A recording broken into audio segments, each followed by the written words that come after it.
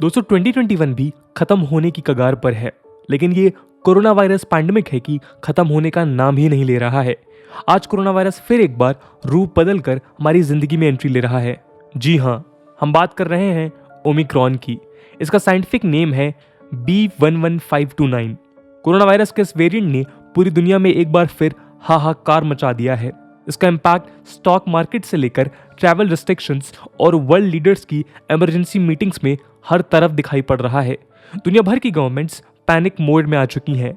लेकिन क्या ये वेरिएंट सच में इतना खतरनाक है? क्या सच में इससे इतना पैनिक करने की जरूरत है? ये हम आज के इस वीडियो के जरिए जानने की कोशिश करेंगे। इसके अलावा आज हम ये भी देखेंगे कि कैसे इस वेरिएंट का आना हमारे ग्लोबल गवर्नेंस सिस्टम और जियोपॉलिटिक्स की कुछ हार्श रियलिटीज को एक्सपोज करता है। आज हम ओमिक्रॉन के अफ्रीकन ओरिजिन की थ्योरी का पोस्टमार्टम करेंगे और देखेंगे कि कैसे रिच वेस्टर्न वर्ल्ड की डिस्क्रिमिनेटरी वैक्सीन पॉलिसीज आज कोरोना वायरस के नए और खतरनाक वेरिएंट्स के जन्म का कारण बन रही हैं। इसी दौरान हम HIV एड्स और कोरोना वायरस के इस नए वेरिएंट के बीच का कनेक्शन भी एक्सप्लोर करेंगे। तो चलिए शुरू करते हैं। नमस्कार दोस्तों, मेरा नाम है आदर्श और स्वागत है आपका स्टडी IQ में। दोस्तों सोर्सेस की माने तो 24 नवंबर 2021 को साउथ अफ्रीका के गौटंग और बोत्सवाना ने ओमिक्रॉन के बारे में सबसे पहले दुनिया को जानकारी दी। इसके कुल 2 दिन बाद यानी 26 नवंबर 2021 को वर्ल्ड हेल्थ ऑर्गेनाइजेशन ने इसको वेरिएंट ऑफ कंसर्न घोषित किया। इसके अगले ही दिन ये दुनिया के 5 देशों में पहुंच गया। 28 नवंबर को 7 देशों में और 29 नवंबर को दुनिया के 11 देशों में रिपोर्ट किया गया। एज ऑफ दिसंबर 3, 2021 कुल 33 कंट्रीज ऑलरेडी इस नए वेरिएंट को रिपोर्ट कर चुकी हैं और यह आंकड़ा लगातार बढ़ता ही जा रहा है। अगर इंडिया की बात करें तो 2 दिसंबर 2021 को ही हमारी हेल्थ मिनिस्ट्री ने यह पुष्टि की है कि इंडिया के कर्नाटका में ओमिक्रॉन के 2 केसेस मिले हैं।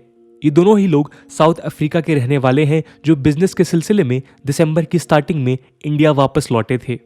खैर, केंद्र और राज्य सरकार ने इन दोनों पेशेंट्स के कांटेक्ट में आए हुए सभी लोगों को ट्रेस करना शुरू कर दिया है। वैसे अभी तक हालत कंट्रोल में है और पैनिक करने वाली कोई बात नहीं है, लेकिन हम सभी को कोविड के जनरल प्रिकॉशंस लेते हुए अधिक सावधानी बरतनी होगी।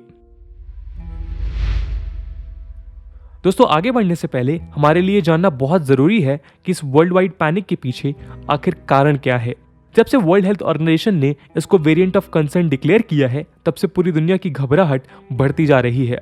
आपको बता दें कि अल्फा, बीटा, गामा और डेल्टा के बाद कोरोना वायरस का ये 5th ऐसा वेरिएंट है जो WHO ने वेरिएंट ऑफ कंसर्न डिक्लेयर किया है। इससे पहले जिस वेरिएंट को वेरिएंट ऑफ कंसर्न डिक्लेयर किया गया था वो था डेल्टा वेरिएंट। ये वही वेरिएंट था जिसके चलते इंडिया ही नहीं बल्कि पूरे विश्व भर में तबाही का एक भयानक मंजर देखने को मिला। WHO का कहना है कि वेरिएंट पहले के वेरिएंट्स के मुकाबले एक हाई रिस्क पोज कर सकता है। इसके अलावा उनका कहना है कि ये हमारे इम्यून सिस्टम्स को पहले से ज्यादा तेजी से अटैक कर सकता है। हालांकि सफिशिएंट डेटा की कमी के चलते अभी कुछ भी प्रिसीजन के साथ नहीं कहा जा सकता है, पर WHO 3 चीजों की वजह से पर्टिकुलरली कंसर्न्ड है। इसमें पहली चीज है नंबर ऑफ म्यूटेशंस। म्यूटेशंस का मतलब होता है किसी चीज के नेचर या जेनेटिक मटेरियल में बदलाव होना। यहाँ चौंकने वाली बात यह है कि इस वेरिएंट में 50 से भी ज्यादा म्यूटेशंस हो चुके हैं और केवल इसके स्पाइक प्रोटीन में 30 से भी ज्यादा म्यूटेशंस पाए गए हैं।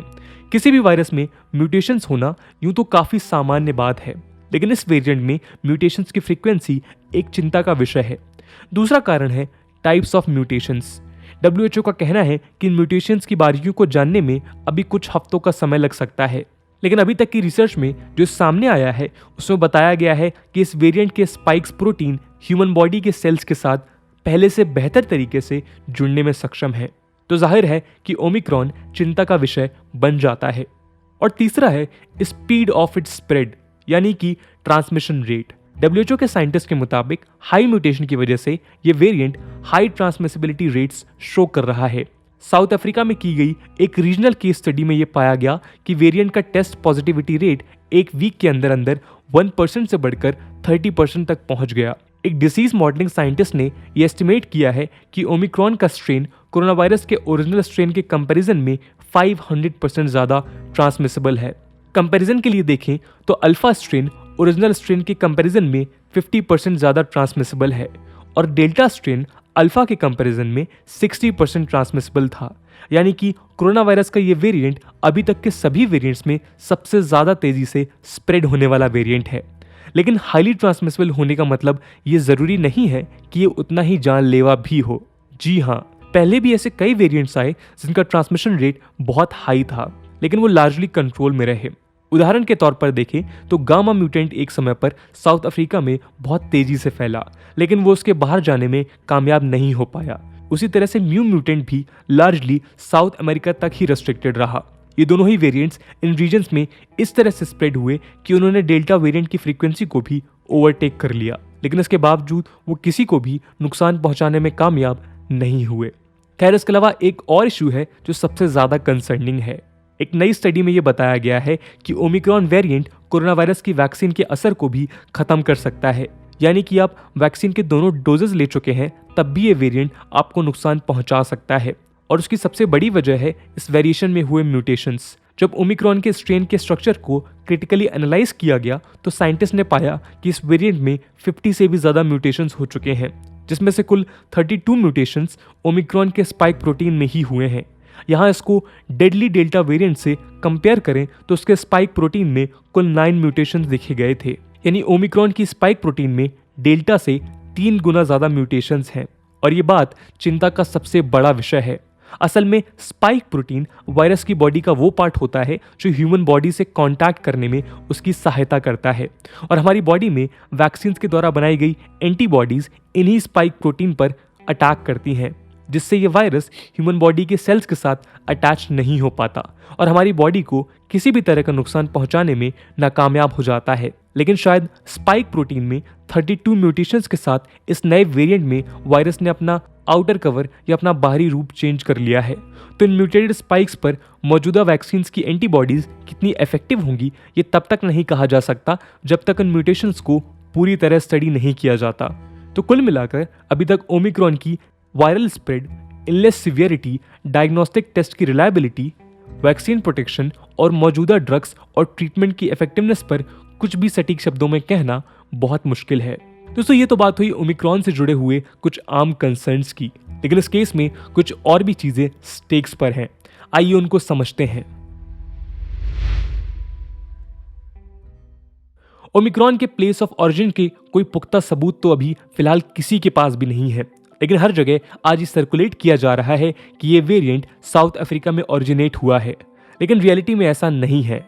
जी हाँ, कुछ रिपोर्ट्स ये बताती हैं कि ये वेरिएंट साउथ अफ्रीका से पहले यूरोप की एक लैंडलॉक नेशन नेदरलैंड में नवंबर 19 को ऑलरेडी मिल चुका है। तो इन रिपोर्ट्स के मुताबिक ये संभव है कि ये वेरिएंट साउथ अफ्रीका में नहीं बल्कि नेदरलैंड्स में ओरिजिनेट हुआ हो। और आज की तारीख में तो ये वेरिएंट दुनिया के अलग अलग कोनों में रिपोर्ट किया जा रहा है, लेकिन ट्रैवल रिस्ट्रिक्शंस केवल अफ्रीकन नेशंस के ऊपर ही लगाए जा रहे हैं। स्कॉलर्स का कहना है कि ऐसे रेशियल डिसीजंस 2 कारणों की वजह से सेंसलेस दिखाई पड़ते हैं। पहला तो ये कि ऐसे कई रिपोर्ट्स में एविडेंस मौजूद हैं जो ये दिखाते हैं कि ट्रैवल बैन्स वायरस को फैलने से रोकने में ना पहले बहुत ज़्यादा एफिशिएंट थे और ना आज एफिशिएंट हैं।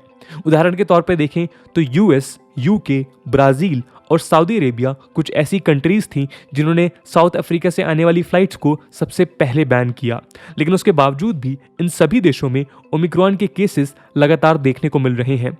दूसरा कारण यह है कि साउथ अफ्रीका के रोबस्ट पब्लिक हेल्थ सिस्टम और एडवांस साइंटिफिक सिस्टम के चलते ही वो लोग इस म्यूटेटेड वेरिएंट को इतनी जल्दी आइडेंटिफाई कर पाए। और तो और उन्होंने बिना कोई देर किए इस वेरिएंट के पोटेंशियल खतरे के बारे में पूरी दुनिया को टाइम रहते इन्फॉर्म किया। लेकिन बाकी देशों ने क्या किया? उल्टा उन्हीं पर बैन्स लगाकर उनको इकोनॉमिकली और सोशली आइसोलेट कर दिया। ऐसे में अगर भविष्य में फिर कोई वेरिएंट किसी ऐसे रीजन में ओरिजिनेट होता है तो वो देश सबको इन्फॉर्म करने के बजाय चुप रहना पसंद करेगा, ताकि उनको भी इस तरह का आइसोलेशन और लॉसेस ना झेलने पड़े। तो यहाँ सो कॉल्ड डेवलप कंट्रीज को साउथ अफ्रीका को ब्लेम करने या उन पर हैवी ट्रैवल बैन्स और बाकी रेस्ट्रिक्शंस इंपोज करने के बजाय पूरे विश्व को उनका शुक्रिया अदा करना चाहिए, ताकि वो आगे आने वाले समय के लिए एग्जाम्पल सेट कर पाए।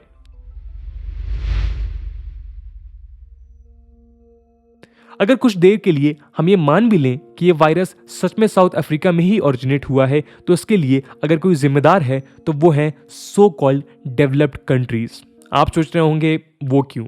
आइए देखते हैं। दोस्तों, कुछ साइंटिफिक थ्योरीज बताती हैं कि कोरोना वायरस के वेरिएंट्स HIV पॉजिटिव पेशेंट्स की बॉडी में म्यूटेट हुए हैं।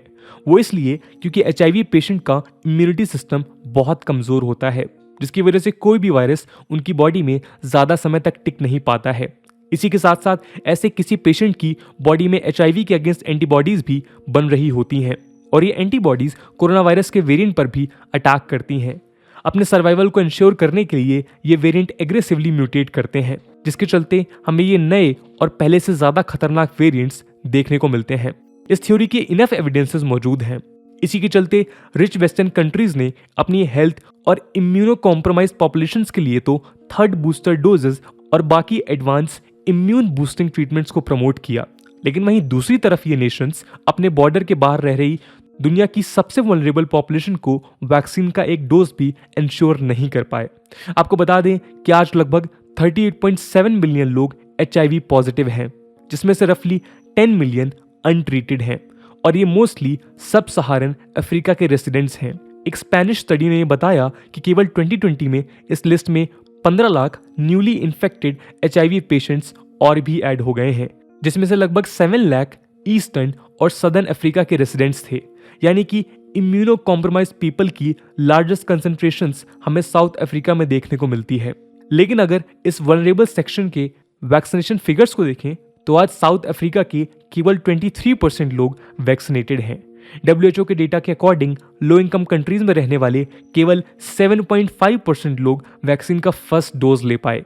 वहीं हाई इनकम कंट्रीज में एटलीस्ट 63.9% लोग अपना फर्स्ट डोज ले चुके हैं।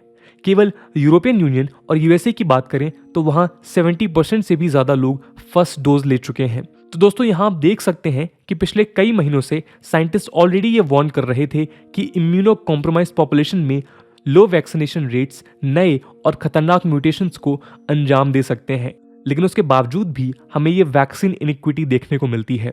अगर आज ये वैक्सीन रिच कंट्रीज में पाइल अप होने के बजाय इन वल्नरेबल सेक्शंस को प्रोवाइड की गई होती तो शायद कोरोना वायरस को इतने भयानक वेरिएंट्स के रूप में सामने आने से रोका जा सकता था।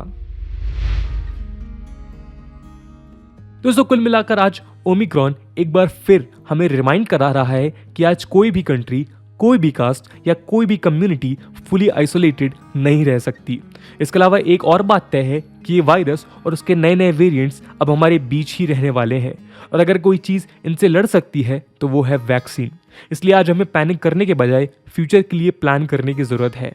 डिस्क्रिमिनेट करने की बजाय डिस्ट्रीब्यूट करने की ज़रूरत है, because in this case world will not be safe until everyone is safe. इस पूरे मुद्दे को लेकर आपका क्या ओपिनियन है? आपके हिसाब से कैसे इस वेरिएंट को रोका जा सकता है इंडिया में फैलने से? कमेंट सेक्शन में जरूर बताइएगा।